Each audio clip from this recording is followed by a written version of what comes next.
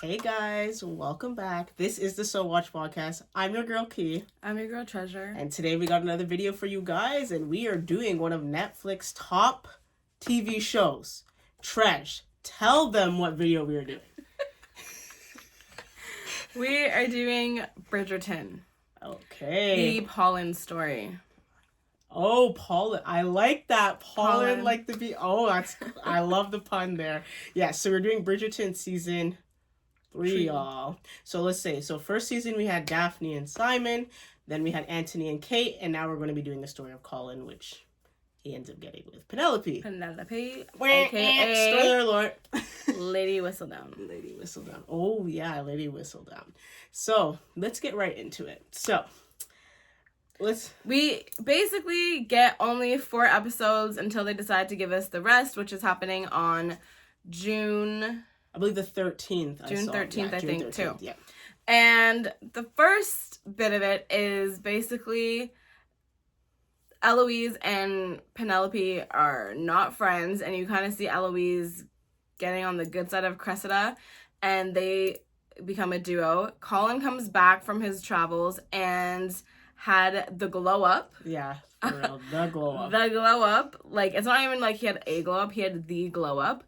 And all of a sudden, all of these girls are, like, after Colin. Mm-hmm. The Bridgerton's sister come back into town from school, which is Francesca. And now Francesca is entering her year in the dating market. Yeah. The husband finding. Yeah, the season. All right? that. They call them season or yes. debutante or whatever. The season, yes. The season, yeah. And so she is going to be entering her mark. You know what's strange is that, to me, Francesca looks older than Eloise. Yes, she does look older than Eloise. She's younger. But I cannot lie. The only thing about Eloise of why you can kind of say she's older is that Francesca kind of has that meekness, like that innocent, like yeah, but like if she didn't talk, then I was just like, okay, pick who's whatever. Then I would think it was her. It was her.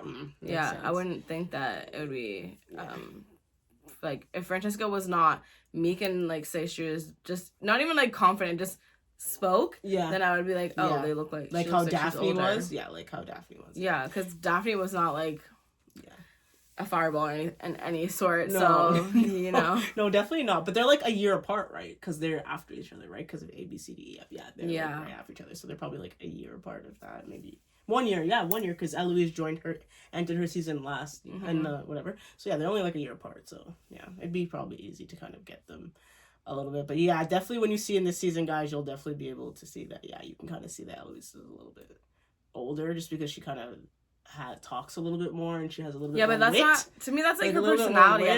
I think that's her personality. Like, I think she was probably like that as a child. I don't even think that it has to do with because she's older. But anyways, so yeah, Francesca's entering her season. The queen is looking for her diamond, and honestly, she's unimpressed with the season almost as much as I was unimpressed with this beginning. No. So let's dig into it real quick. Okay, so let's talk about the Penelope, the Eloise situation of kind of like recap like how that went down, why they're not friends when they were besties before.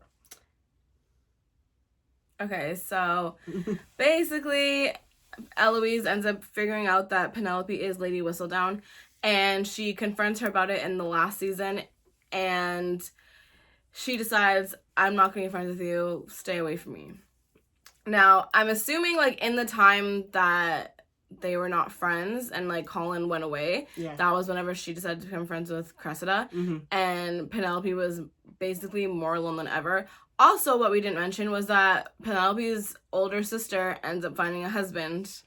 Yeah, they both do. Did both of them? Well, she found hers in the first season. Oh, okay. But yeah, the oldest sister ends up finding herself a husband, and so now it truly is like Penelope is, if she was not like, a loner, she's a spinster. Yeah. She was basically on the verge of becoming a spinster, and that was why she basically like was like, I need to find my husband now because I don't want to be a spinster.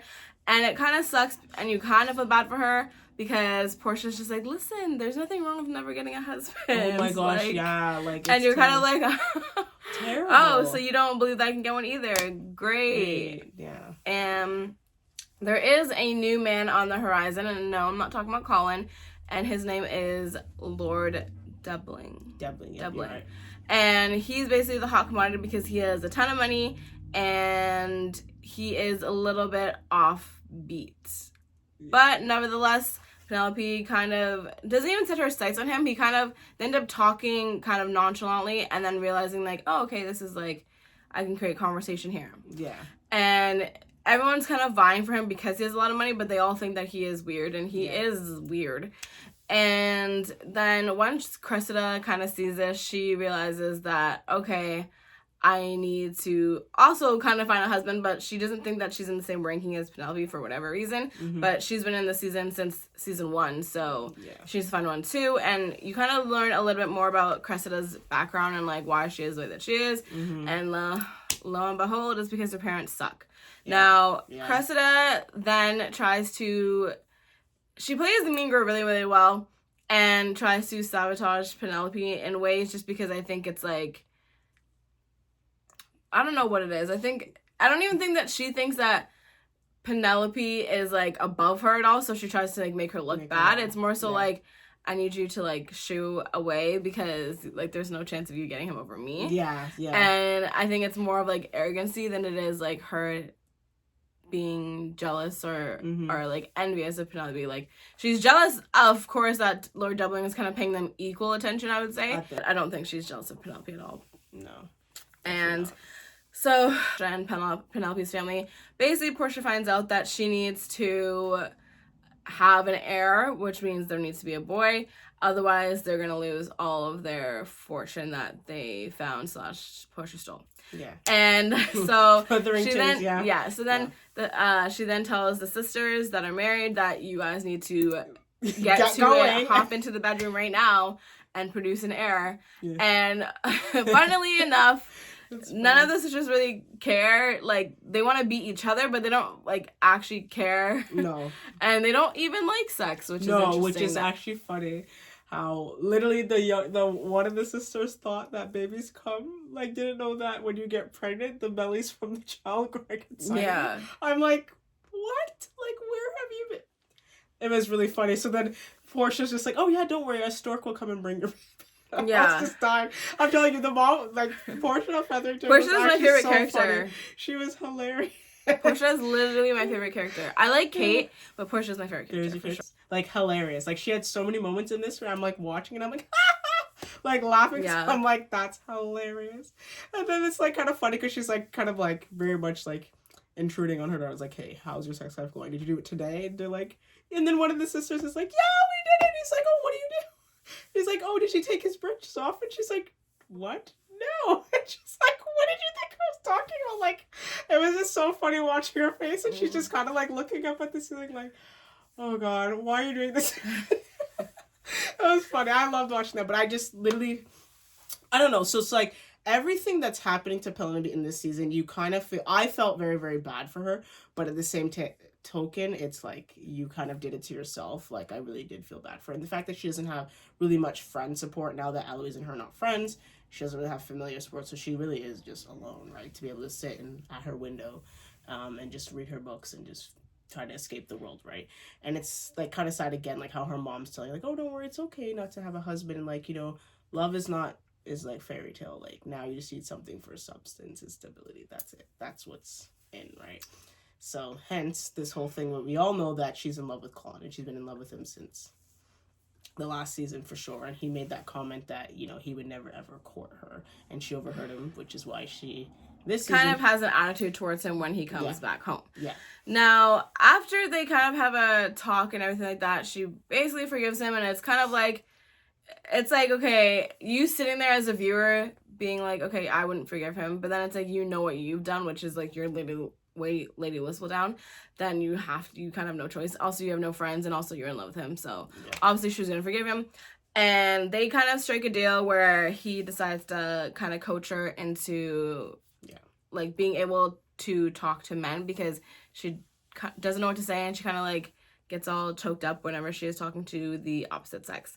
Now, whenever he is coaching her, they kind of have these eye moments, and what I mean by that is that they will look into each other's eyes and kind of get lost. Yeah. So they have a few of those, and To me, I'm not buying it. Like, I am not buying it. You're telling me in all the years that you lived next door and all the years you're friends with Eloise that you and Colin, and you have a friendship with Colin. It's not even like he's just, like, my best friend's brother. Like, they have an actual relationship where, like, Colin would go and, like, hang out with her and stuff like that. So, you're telling me that you guys have never spoken before and, like, looked into each other's eyes. Like, I'm just not buying it. Like, it doesn't seem real. I would actually like it better if it was, like, Colin never had a relationship with Penelope, and it was always just like, oh yeah, Penelope's here to see you. Like, you know what I mean? Like, just my sister's friend. Like, I'm going to be gracious to you, like, hi, and then move on. But, like, they would sit and talk, and, like, she knew things about him, and, like, vice versa.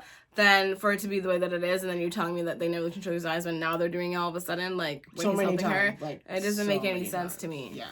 Anyway, so they have that, and then they end up the rest of the town ends up finding out that he's coaching her, and then begins to, like, make fun of her for it, and kind of, again, doesn't help her reputation.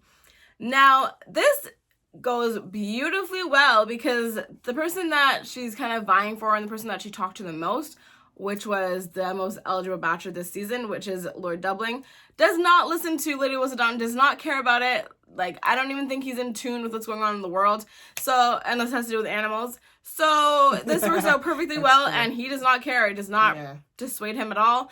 And they continue their kind of budding relationship. Yeah, which is cool.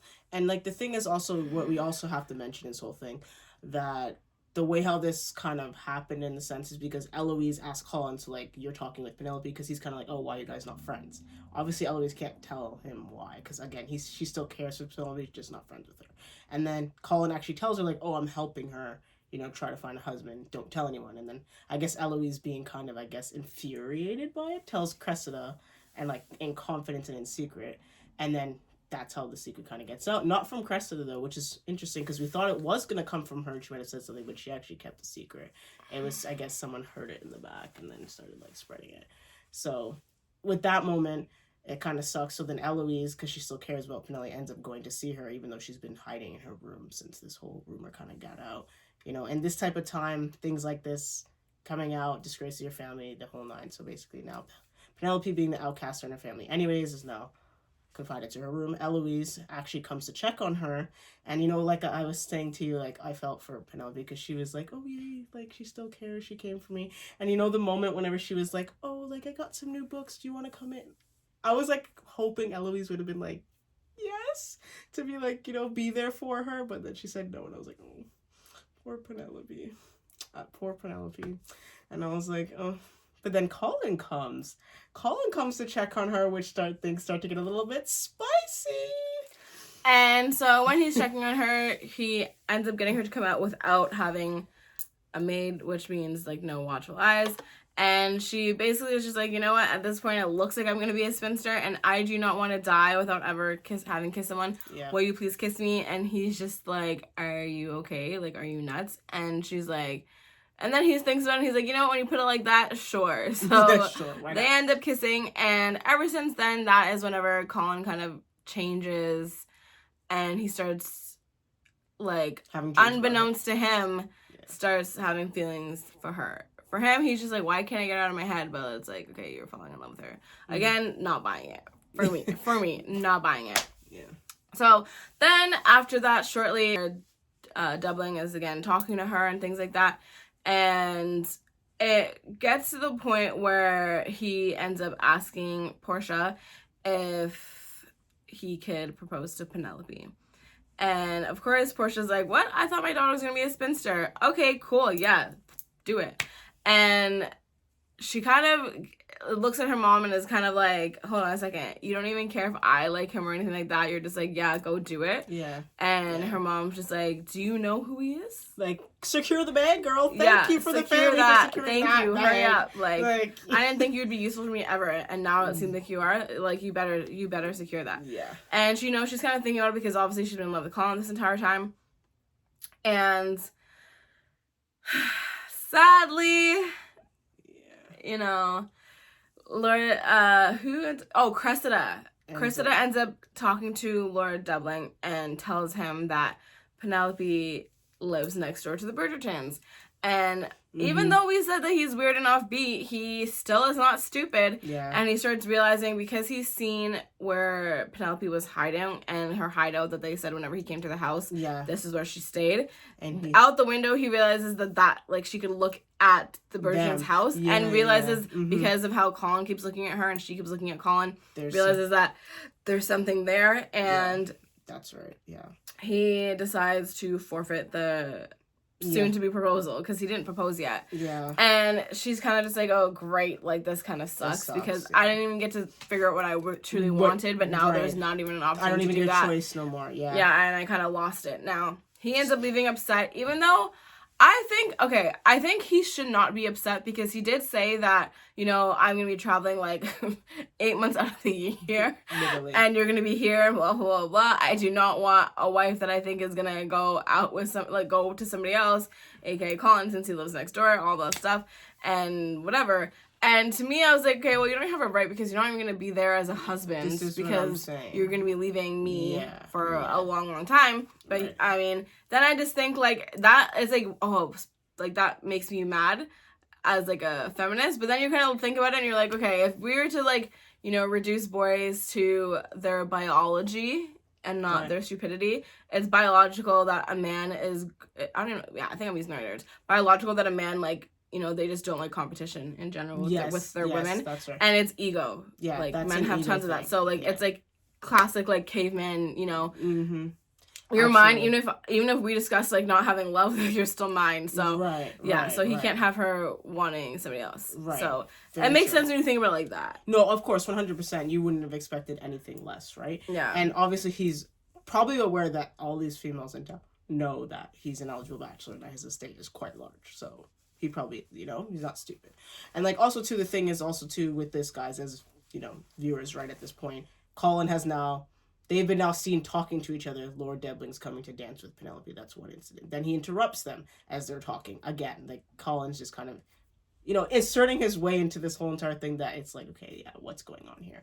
And the thing that, which is the tough part, which is the interesting part about this is, as them, Lord Debling and Penelope first started talking with each other and Colin's, like, watching from a distance, and they're always, like, guys, from, like, episode 2 all the way till, like, episode 4, they're literally doing this.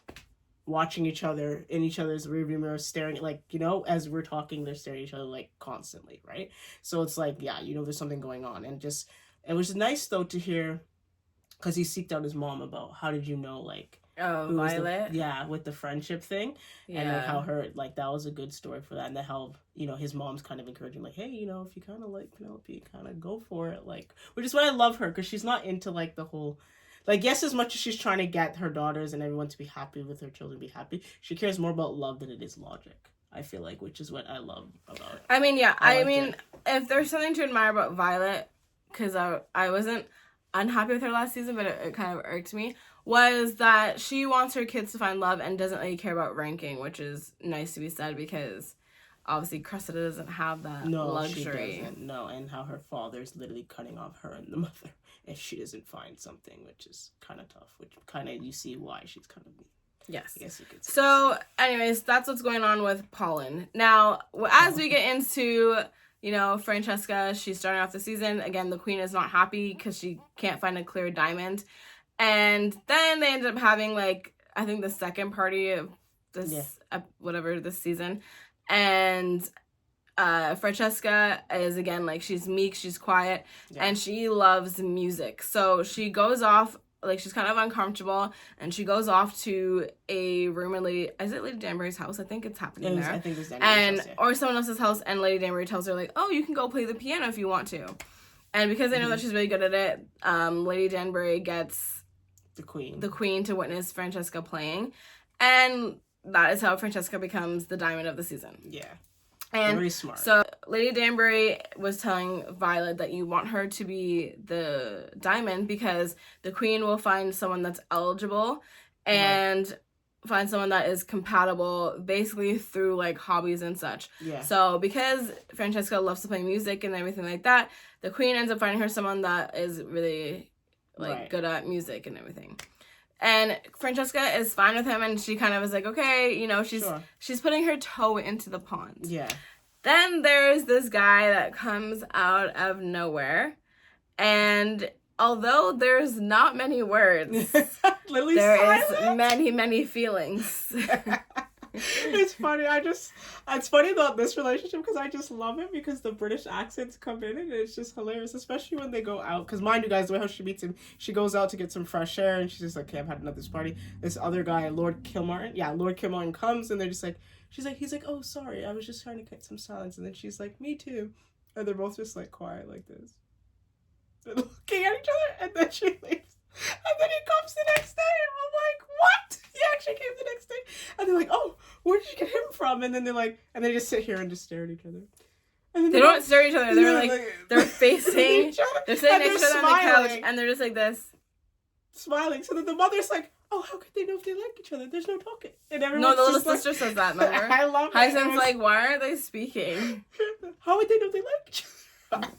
I love it. Was so funny, like comical, just so. And comical. Then, as Francesca kind of gets closer to the queen's pick, she, has the feeling towards the silent one, and so when she sees him en route to like the market or whatever it is in that century, and he kind of is not too talkative, and then she just kind of like is taken aback because she thought that he was interested and he didn't seem like it.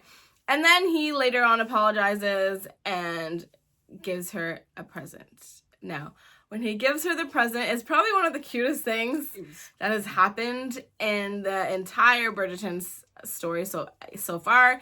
And she gets super excited. Now, when we don't figure out what it is until a little bit later, and when we do, it's literally the music to what they were playing en route to the market when they were outside. There was...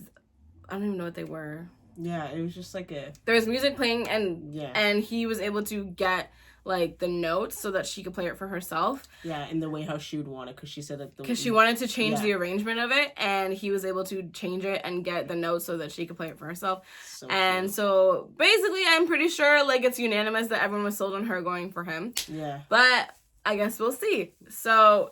Now we'll go to Benedict. Benedict? I was going to do Lady Danbury. That's fine. Do Lady Danbury. Okay. That's fine. So Lady Danbury is kind of upset because she got a note and no one knew what it was. And then we figure out, unwanted visitor. An unwanted visitor. Yeah. So we're like, who the f could it be? Like, what are you talking about? Like, why would you care? Whatever.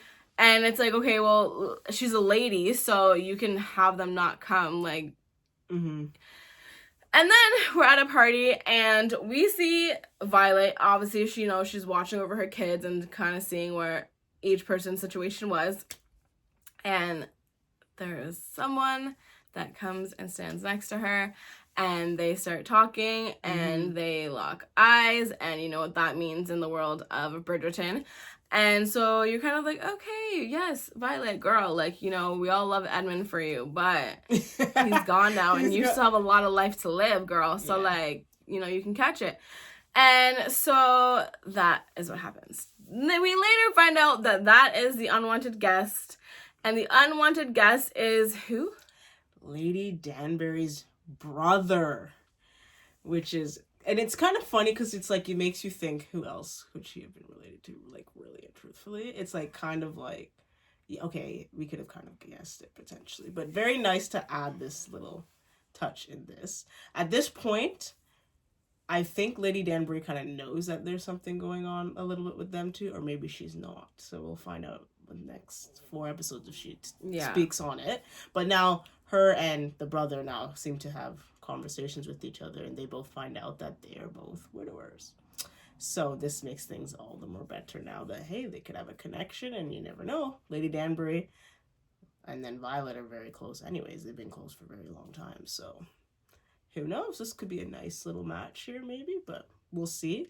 And then just to touch on the very last little couple. We had a lot of couples in this, eh? A lot of stories going on. We got Benedict, and then we have Tilly Arnold. Yeah.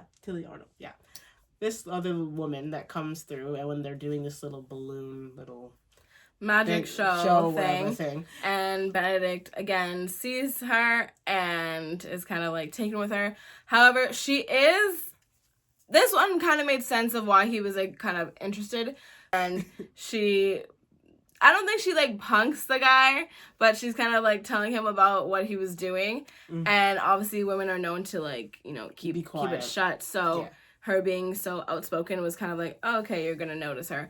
It doesn't, you know, make it help that she's also really attractive. Yep. She does look older than him, for sure. Does, yeah. And they actually soon get together and sleep together, but she is a widower, so I guess it's not frowned upon because she's already been married, so you already know that she's like not a virgin or whatever. Yeah. So it's not too like to be exiled from there. Yeah. Because it's fine because she's already been married. So but no one really knows about them at all. Yeah. Like, this is our first time being introduced to her. Like, we got a lot of, like, side stories. And to me, I kind of was like, this gave me even more of, like, okay, like, Polin's so boring.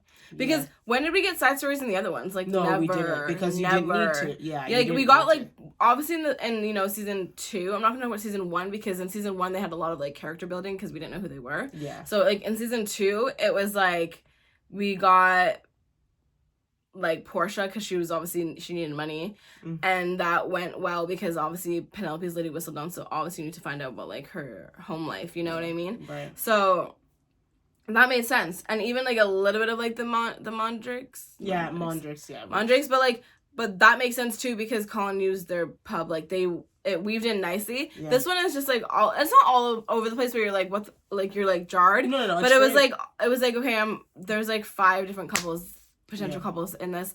And it's, like, okay, and none of it is, you know, only one is Polin. And it's, like, there's a lot of camera time that's not on Polin at all. Yeah. That you're kind of like, okay, so who is even the center of this season? Like, you know who it is because they're the front, but, like, had you just not even seen the front of it and it was just, like, a regular, like, Bridgerton thing, you'd be like, who is even the main characters in this? Because they're doing I'd argue that Francesca and thing have just as much screen time. Yeah. Really as Polin, so. Yeah, no, for real. Which I can kind of say I kind of like it because, like I said, I wasn't really much of a fan of this Colin and Penelope story from the very get-go. I wasn't really so much of a fan of Polin anyways coming to the season, so I'm kind of happy they added a couple other stories. I'm not sure if that was planned or is that just because of, like, fan reception. I never read the book, so I don't even actually know if they do this. However, what I have read is that I knew that Benedict and Francesca's was actually, like, kind of put together, like, and I know that Eloise's story gets put into Benedict's or something like that. Like, I don't think she fully gets her own, or it gets started in someone else's. Versus, obviously, this one is started, like, right here and now, and everybody else was started, like, as soon as the season started. So I don't know what they're going to do. So we're potentially within the next... Okay, they wouldn't do it within these next 4 episodes, because that would be just too much. So they're going to do Francesca and Kilmar, or potentially at this point, we don't know if that's true, Tilly and Benedict, and then now they're gonna add Eloise into that to go in for season. No. Like, I don't think Eloise is gonna be in this at all. Okay, I don't think it can happen. It can't happen. It'd be too much. Yeah, you don't know what happens to. You don't know what happens. You don't know who her lover is. I know who Eloise's lover is gonna be, but I'm not gonna tell you who it is. Okay, that's fine. But like, he's not available right now. So okay. Anyways. Okay. So we'll get back on this. So this is getting. So let's say, guys, it's getting really good. Like, it's getting good in the sense that we're getting a lot of other stories. So you don't like one story that you have. You can say it like that. Yeah. There's a lot of variety for you. Like, hopefully you can find something that you can fall for to keep wanting to watch. However, I'm like really disappointed because I just think the second season was just so good to me, and this is falling really flat. Like, it's not like it's fallen for me, but it's just really, really flat compared to last season. Especially even, like, the writing to me has changed, and the writing to me is not even that good. Well, I had seen that they said online that, like, the story is, like, so good, blah, blah, blah. And I was like, what story? Like, they don't even have their own yet, because, like, there's so many other couples in here. Like, everybody else, like, you saw just all of them, basically, and you know what I mean? So before I say that, let's just get into the last little part here that Colin and Penelope actually get together, okay? He confesses her love, they're good, and now they're about to go tell the family. Now, I would like to think that okay, so my favorite is definitely, obviously, I like the Francesca and the Kilmartin story. I like that. I'm very interested in that. I really like that a lot.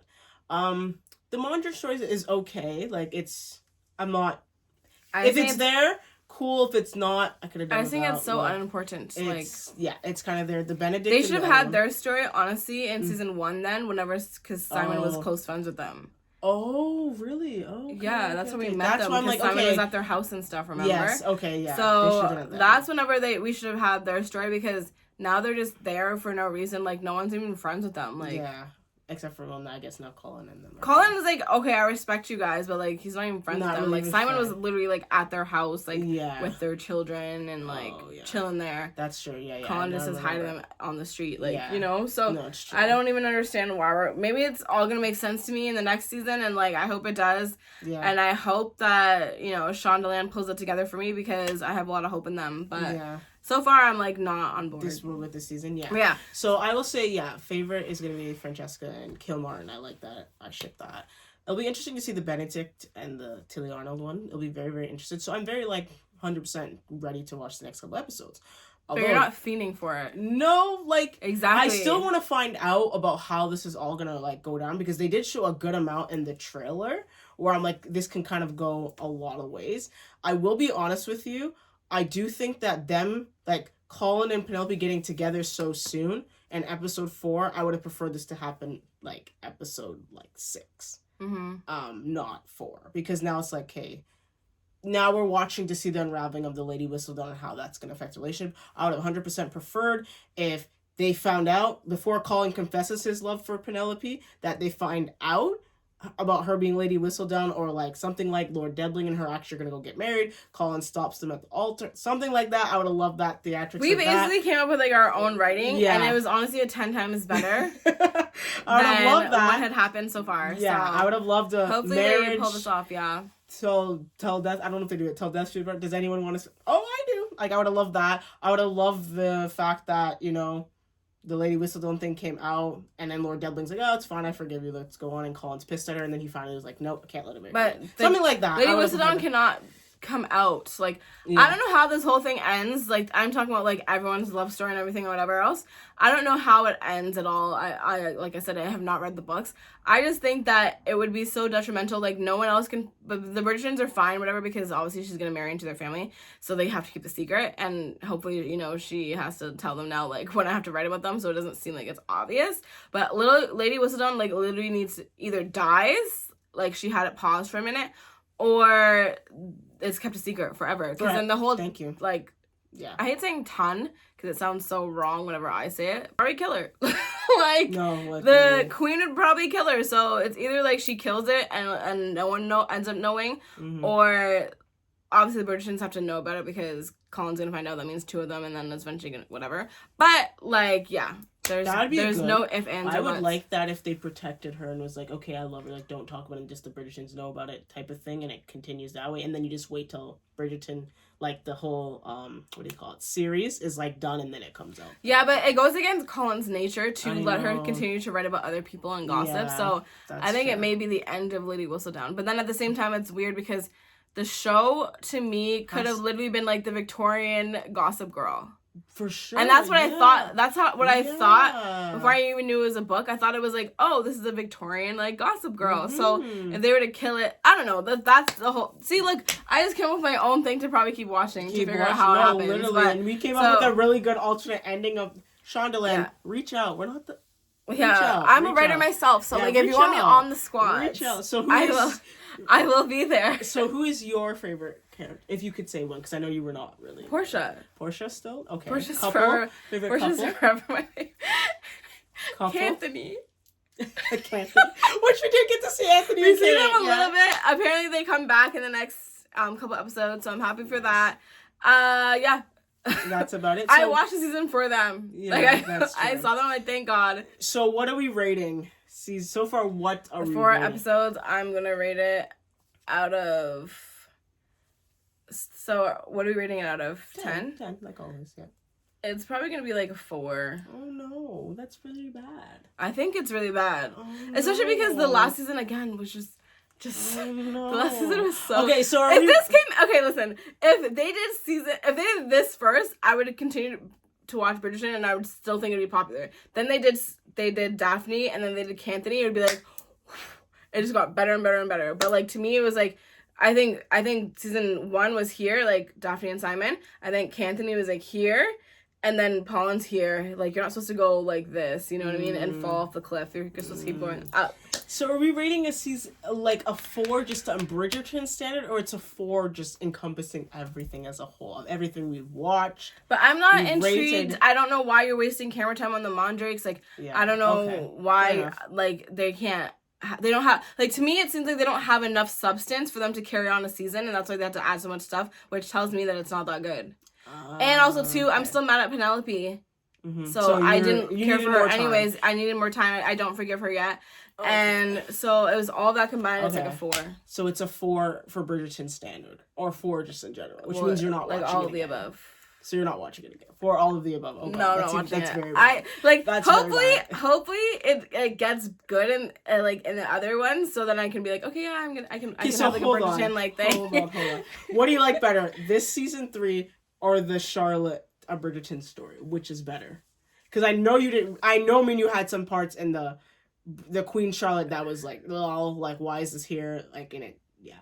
What do you like better? See, you're making your face. Oh, God. It's a tough choice. But okay, it's different because I would choose Charlotte, but okay. I didn't like Charlotte because I didn't like the fact that he was like psychotic, and they spent too much time about that. And I wish he wasn't, like, or I wish he got fixed, you know? Okay. So it was more so like, oh, I feel sad, like, oh, okay, gotcha. You know, and then you figure, and like, we knew like what happened to him later already when that came out, so it was like, oh, I'm just sad for you, like, to watch your love story, and then you like actually fall for each other or whatever, but then like he can't even remember it half the time, like, you know, so it's like, oh, I'm just sad watching it and realizing you guys fell in love, but it's kind of not wasted, but like, so we're at a 4, unfortunately, for Treasure, folks. Let's hope that Bridgerton, Shaunaland, we get her back on it, although she's gonna watch all season, so she can rate it before she watches. She's gonna watch my it. Job. But we'll go into this. I'm definitely gonna give it right now. For me, we're definitely at like a 6 right now. We're at a 6,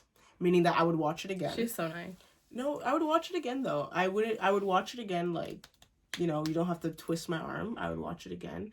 I was thinking about this every time now that I watch it, like, would I watch the show if it wasn't for our job?